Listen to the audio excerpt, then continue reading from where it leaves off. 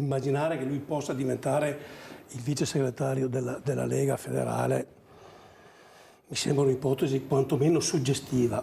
Uno, perché non è iscritto al partito, immaginare che a rappresentare il sottoscritto come militante sia uno che militante non è, insomma, lo trovo francamente inaccettabile. Due, ricordo che alla precisa domanda fatta da un giornalista a Vannacci se sia giusta la battaglia per l'autonomia, lui ha detto c'è già la riforma al titolo quinto, basta e avanza. Nella Lega, dove in tanti si sono lamentati, è Roberto Marcato a metterci quasi sempre la faccia. Eh sì, perché sono già cominciati i mal di pancia per la possibile promozione interna del generale Roberto Vannacci. Assieme a Claudio Durigon, Alberto Stefani ed Andrea Crippa potrebbe diventare il vice di Salvini, ruolo utile per il vice premier sul piano politico a rafforzare la voce nazionalista della Lega. Il congresso di Firenze alle porte, le regole consentirebbero la nomina dell'eurodeputato eletto come indipendente.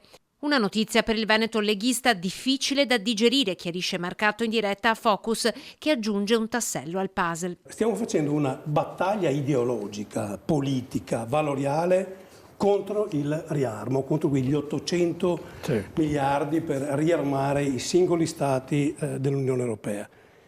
E mettiamo un generale dell'esercito vice segretario. Mi pare che questo abbastanza...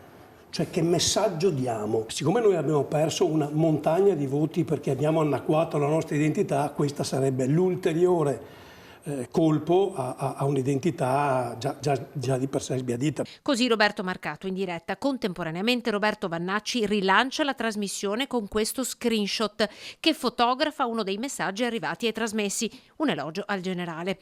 Che tra i due non stia scorrendo buon sangue appare piuttosto evidente.